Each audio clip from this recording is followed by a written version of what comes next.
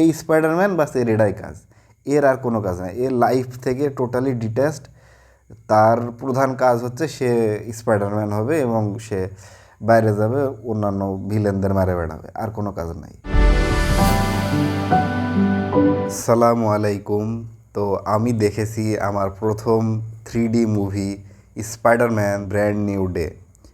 তো মুভি দেখার আমার অভিজ্ঞতা কেমন ছিল, মুভিটা আসলে কেমন ছিল এবং আমার কেমন লেগেছে, পুরো অভিজ্ঞতা শেয়ার করব এই ভিডিওতে। তো প্রথমে শুরু করা যাক স্পাইডারম্যান ব্র্যান্ড নিউ ডে এর ভালো দিকগুলো। এই সিনেমাটা দেখে আমার প্রথমে যেটা মনে হয়েছে, এই সিনেমাটা টিনেজার এবং তার থেকে নিচের বয়সী দর্শকদের জন্য খুবই ভালো একটা সিনেমা। এখানে স্পাইডারম্যান আকাশ দিয়ে উড়ে বেড়াবে, মারামারি করবে, ভিলেন থাকবে, ভিজুয়াল বেশ ভালো কিছু দৃশ্য দেখতে পাবে। তো এই দিক দিয়ে আর কি অল্প বয়সী ভিউয়ার যারা আছে তারা অনেক জিনিসটা এনজয় করবে। খুব বেশি কিছু চিন্তা করার কিছু না এখানে। যদি আগের প্লট জানা না থাকে বা সিনেমার আগের কি কাহিনী ছিল এগুলো জানা না থাকে তাও কোনো সমস্যা নাই। যদি প্রথমবার একজন দর্শক এই সিনেমা দেখে তারপরেও কোনো সমস্যা নাই। সিনেমাতে দেখবে যে হ্যাঁ ঠিক আছে, স্পাইডারম্যান উড়ে বেড়াচ্ছে, এই বিল্ডিং থেকে লাফ দিয়ে ওই বিল্ডিংয়ে যাচ্ছে, দুষ্টু লোকজনদের সাথে সে মারামারি করছে, তাদেরকে হারাই দিচ্ছে। একটা ভিলেন আছে, সে অনেক শক্তিশালী, এই ভিলেনটা সিনেমার মেন ভিলেন এবং সিনেমার শেষের দিকে স্পাইডারম্যান অনেক কষ্ট করে ওই ভিলেনটাকে হারায় দেয়। তো এই বিষয়গুলো কনফার্ম নিশ্চিত এবং এই বিষয়গুলো দর্শক আর কি চায় যেটা, তো এটা তারা পাবে এবং এখানে একটা ভালো অভিজ্ঞতা আসবে। সিনেমার ভিজুয়াল ইফেক্টগুলো বেশ ভালো। যখন স্পাইডারম্যান উড়ে যাবে তখন হ্যাঁ মনে হবে যে হ্যাঁ ঠিক আছে আমিও ওর সাথে উড়ে যাচ্ছি। বা বাস্তবে আসলে এত লম্বা উঁচু উঁচু বিল্ডিং থেকে উড়ে উড়ে যদি যায় কেউ লাফ দেয় আসলে কেমন ফিল হবে ওইটা বোঝা যাবে। আর যেহেতু একটু 3D ছিল হালকা, তো ওই জিনিসটা আর একটু ভালোভাবে বোঝা যাচ্ছিলো। এরকম না যে হ্যাঁ সিনেমা স্ক্রিন থেকে বাড়ায় চলে আসবে, এত এরকম না, কিন্তু মনে হচ্ছিল যে হ্যাঁ একটা রিয়েলিস্টিক ভাব আছে। আমরা যেরকম 2D সিনেমা দেখেছি 2D সিনেমাতে বোঝা যায়, তবে এখানে হালকা হালকা ফিল করা যাচ্ছিল। এই জিনিসটাও দর্শকদের বেশ মজা দিবে। আর যারা স্পাইডারম্যানের একটু বেশি ভক্ত তাদের জন্য কাহিনীর কিছু টুইস্ট, স্পাইডারম্যানের ক্যারেক্টারের একটু ডেভেলপমেন্ট বা যে ইভেল ক্যারেক্টার যেটা আছে ভিলেন ক্যারেক্টার তার কিছু মাইন্ড গেমস, এই বিষয়গুলা একটু আর কি অ্যাড করবে ওটার সাথে। ভালো দিকগুলোর মধ্যে এগুলাই আছে। তো এন্টারটেইনিং মুভি হিসাবে হ্যাঁ অবশ্যই অল্প বয়সী দর্শক যারা আছে, টিনেজার বা তার থেকে কম বয়সী যারা আগের স্পাইডারম্যানগুলো দেখেনি তারা বেশ ভালো এনজয় করবে সিনেমাটা। এবার কথা বলবো আমি স্পাইডারম্যানের যে বিষয়গুলো আমার কাছে ভালো লাগেনি। তো আমি শুরুতেই বলবো যেটা হচ্ছে স্পাইডারম্যান তার ফ্রেন্ড বা তার যে ফিমেল কম্প্যানিয়ন যে আছে কারোরই মানে কোনো রিয়েল লাইফ কোনো নাই। এরা সবাই হচ্ছে স্পাইডারম্যান স্পাইডারম্যান করে সারাদিন। আমরা আগের স্পাইডারম্যানগুলো দেখেছি যে টোবি ম্যাগুয়ারের স্পাইডারম্যান, অ্যান্ড্রিউ গারফিল্ডের স্পাইডারম্যান, এই স্পাইডারম্যানদের নিজস্ব একটা লাইফ ছিল। তারা স্কুলে যাইতো, মানে ইউনিভার্সিটি লেভেলে যাইতো, যেখানে যাইতো পড়াশোনা করতো, তাদের ওখানে একটা চ্যালেঞ্জ ছিল। তারা চাকরি বাকরি করতো, মানে টাকা ইনকাম করা লাগতো, সেটার একটা আলাদা প্রেশার ছিল। এদের হচ্ছে যেখানে থাকতো সেই জায়গার ভাড়া দেওয়া লাগতো, তার নিজের লাইফ চলার জন্য খরচ আছে, তাদের ডেইলি লাইফের যে স্ট্রাগলগুলো এটার সাথে এরা কানেক্টেড ছিল সবসময়। এবং এই জিনিসগুলো তার ক্যারেক্টারকে আরও উজ্জ্বল করে তুলতো। এইখানে দেখছি এই স্পাইডারম্যান তার ফ্রেন্ড এদের কারোরই কোনো কাজ করা লাগে না, না এরা পড়াশোনা করে, মানে স্পাইডারম্যানের যে বেস্ট ফ্রেন্ড ওদের দেখাইছে যে হ্যাঁ ওরা বিশ্ববিদ্যালয়ে পড়ে, কিন্তু পড়ে আসলে ওই জিনিসটা সিনেমাতে দেখায়নি যে আসলে তাদের তো একটা সেপারেট লাইফ আছে।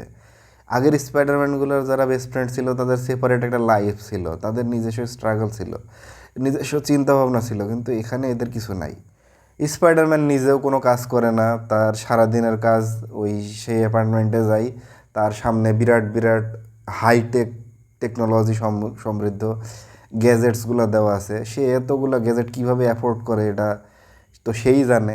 তার কোনো চিন্তা করা লাগে না যে সে মানে তার রুমের ভাড়া কিভাবে দিবে, সে তার পড়াশোনা কিভাবে চালাবে, বা সে যে তার কোনো সোর্স অফ ইনকাম নাই, সে স্পাইডারম্যান। মানে থাকে না যে দেখা যাচ্ছে ছোটো ছেলে পেলে খেলার সময় যে মনে করে যে হ্যাঁ আজকে আমি স্পাইডারম্যান হব, এই তুমি ভিলেন, ঠিক আছে চলো এবার আমরা মারামারি করি। ঠিক ওই রকমের কিছুটা হিসাব যে হ্যাঁ এই স্পাইডারম্যান বাস এর এটাই কাজ, এর আর কোনো কাজ নাই, এর লাইফ থেকে টোটালি ডিট্যাচড। তার প্রধান কাজ হচ্ছে সে স্পাইডারম্যান হবে এবং সে বাইরে যাবে, অন্যান্য ভিলেনদের মারে বেড়াবে, আর কোনো কাজ নাই। সিনেমা দেখার সময় আমার সামনের সারিতে একটা ছোটো বাচ্চা ছিল, ওই বাচ্চাটার মাকে বলছিল যে মা স্পাইডারম্যান কখন আসবে। মানে সিনেমার কাহিনীতে তো সবসময় আর স্পাইডারম্যান দৌড়ায় বেড়ায় না, কিছু থাকে ডায়লগস, কিছু থাকে কাহিনী অন্যান্য দিকে চলে। তো ও এই কাহিনীটুকুতে বিরক্ত হয়ে যাচ্ছিল যে আসলে স্পাইডারম্যান আসছে, সে আবার কবে আসবে, কতক্ষণ দেরি হবে আসতে। তো এই দর্শকগুলোকে টার্গেট করেই মার্ভেল আসলে সিনেমাটা বানাইছে, সবসময় স্পাইডারম্যান থাকবে, আর সাথে কিছু একটু যোগ করেছে যাতে আরেকটু যারা যারা দেখা যাচ্ছে যে টিনেজ টাইপের আছে তারা দেখে মজা পায়। স্পাইডারম্যানের ক্যারেক্টারটাকে এখানে এমনভাবে দেখাচ্ছে যে সবাই এই ক্যারেক্টারটাকে পছন্দ করে, স্পাইডারম্যান সবাই পছন্দ করে, সবাই ভালোবাসে। কিন্তু আসলে স্পাইডারম্যানের ক্যারেক্টারটা কিন্তু এরকম না। স্পাইডারম্যানের যদি টমি ম্যাগুয়ারের স্পাইডারম্যানটা দেখি আমরা, ওখানে কিন্তু দেখাচ্ছে যে হ্যাঁ এই যে ডেইলি বিউগের যে এডিটর ছিল সে সব সময় চেষ্টা করতো যে স্পাইডারম্যানকে একটা নেগেটিভ ক্যারেক্টার হিসেবে পোর্ট্রে করার। এবং অ্যান্ড্রু গারফিল্ডের স্পাইডারম্যানে ওই জিনিসটা দেখাইছে, টম হল্যান্ডের স্পাইডারম্যানে এই জিনিসটার কোনো বালাই নাই, কিছুই নাই। মানে সবাই স্পাইডারম্যানকে পছন্দ করে। একটা দৃশ্যে দেখা যায় যে একটা বিয়ে চলছে এবং ওইখানে হচ্ছে স্পাইডারম্যান যায় কেকের ওপরে পড়ে পড়ে কেকটা নষ্ট করে দেয়। তো নেগেটিভ কোনো কোনো বিষয়ই নাই ওখানে, মানে তারপরে ওখানে কার কেউ কিছু মনে করেন, সবাই স্পাইডারম্যানকে পছন্দ করে। এই যে একটা বিষয় যে একজন মানুষ সবার দ্বারা পছন্দ মানে হবে না। স্পাইডারম্যান ঠিক আছে অনেক ভালো কাজ করে, স্পাইডারম্যান অনেককে বাঁচায়, কিন্তু স্পাইডারম্যান সবার পছন্দ হবে না। কিন্তু এখানে দেখাইছে যে হ্যাঁ ছোটো বাচ্চার মতো সবাই সবাই মানে সব লোক স্পাইডারম্যানকে পছন্দ করে। ওই যে ইনক্রেডিবলসে একটা দৃশ্য আছে যে mister Sansweet didn't want to be save, mister Sansweet didn't ask to be saved. হ্যাঁ, তারপরে ওই ইনক্রেডিবলস যায় ওকে বাঁচায় দেয়। তো কিছু মানুষ এরকম থাকবে যারা স্পাইডারম্যানকে পছন্দ করবে না, এবং কিছু মানুষ থাকবে যারা স্পাইডারম্যানকে নেগেটিভ হিসাবে পোর্ট্রে করার চেষ্টা করবে। এই অ্যাসপেক্টগুলো এখানে কিছুই নাই, সবাই পছন্দ করে স্পাইডারম্যানকে। স্পাইডারম্যান নিজে এবং তার যে জাল নিয়ে এসে কাজ করে এই জিনিসটাও অনেকটা অদ্ভুত বিষয়। কখনো তার জাল নরম, কখনো তার জাল শক্ত। এই যে কিছু কিছু দৃশ্যে দেখা যাচ্ছে যে স্পাইডারম্যান হাত দিয়ে জাল সরাই দিচ্ছে, স্পাইডারম্যান হচ্ছে তার জালে আটকায় আছে এবং সে জাল ছিঁড়ে পড়ে যাচ্ছে। আবার কিছু দৃশ্যে দেখা যাচ্ছে বিরাট বড় বড় বিল্ডিংয়ের টুকরা সব ভেঙে পড়ছে এবং সে তার ওই জাল দিয়ে আটকায় রেখে দিছে। আবার স্পাইডারম্যানের নিজের শরীরও, সে কখনো 40 তলা বিল্ডিং থেকে 100তলা বিল্ডিং থেকে নিচে ধপাস করে পড়ছে, কিছুই হয় না। আবার কখনো কেউ একজন একটা গুলি করে দিল আর স্পাইডারম্যান শেষ, ওই গুলিতে স্পাইডারম্যান আহত হয়ে গেল। তো এই যে জিনিসটা যে স্বেচ্ছাচারিতা, মানে যখন স্পাইডারম্যান মনে হয় তখন সে আহত হয়, যখন তার মনে হয় না তখন সে আহত হয় না। কিন্তু তার যে সুপার পাওয়ার আছে, এটাতে একটা কনসিস্টেন্সি থাকবে, এই জিনিসটা নাই। স্পাইডারম্যানের ভিলেনগুলো এর আগে বেশ ইন্টেলেকচুয়াল ছিল, দেখা যাচ্ছে যে বেশিরভাগই সায়েন্টিস্ট ধরনের মানুষ ছিল। এখানে এখানে ওই জিনিসটা সেভাবে নাই। এবং সুপার পাওয়ারের পাশাপাশি এই ভিলেনগুলোর ইন্টেলেকচুয়াল অ্যাবিলিটিও কিন্তু ছিল। দেখা যাচ্ছে যে সুপার হিরোর সাথে ভিলেনের একটা ডিপ কনভারসেশন হইতো অনেক সময়। গ্রিন গবলিনের সাথে স্পাইডারম্যানের একটা কনভারসেশন হয়। গ্রিন গবলিন ওকে বলে যে স্পাইডারম্যান তুমি কাদের জন্যে কাজ করছো, এই মানুষগুলা যারা তোমাকে এখন পছন্দ করে এরাই কিন্তু কিছুদিন পরে তোমাকে ভিলেন বানায় দেবে, তোমাকে কিন্তু এরা পছন্দ করবে না। এই মানুষগুলা, তুমি স্পেশাল আমি স্পেশাল, আমাদের সার্ভ করার জন্য এই মানুষগুলো আছে, তুমি আমার সাথে যুক্ত হও, দুজন মিলে আমরা এই শহরকে নিজেদের দখলে নিয়ে নিই। এই যে একটা মাইন্ড গেম চলছে, একটা কনভারসেশন চলছে, হ্যাঁ। এবং স্পাইডারম্যানকে সে বোঝানোর চেষ্টা করছে যে হ্যাঁ এই মানুষগুলো আসলে লয়াল না, এরা তুমি এদেরকে বাঁচানোর চেষ্টা করছো, এরা হ্যাঁ এখন মুগ্ধ হবে কিন্তু একটা সময় তোমাকে ভিলেন বানায় দেবে ঠিকই। এই বিষয়গুলো একটা ছিল ওই সময়ের সিনেমাতে। পরবর্তীতে আসলে একটা একটা বাচ্চা যদি সিনেমা দেখতে যায় তার কাছে এই জিনিসগুলো খুব বেশি আকর্ষণীয় মনে হবে না, তার কাছে সেই জিনিসটা আকর্ষণীয় মনে হবে যখন স্পাইডারম্যান লাফ দিয়ে এক বিল্ডিং থেকে আরেক বিল্ডিংয়ে যাবে। তো এই ছিল স্পাইডারম্যান নিয়ে ভালো খারাপ আমার অভিজ্ঞতা।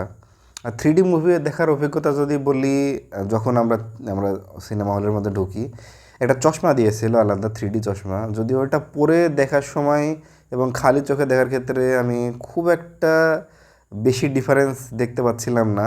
আর ওই চশমাটা দিয়ে থাকলে, বেশিক্ষণ সময় থাকলে আমার কেন কেন জানি মাথা ব্যথা করছিল। সিনেমা হলের ক্ষেত্রে আরেকটা জিনিস আমি খেয়াল করলাম, সেটা হচ্ছে যে এইখানে সব কিছু এক্সপেন্সিভ ভাই, এখানে সব কিছু expensive. You are not just paying to watch the movie, if you order something you are also paying for the experience as well.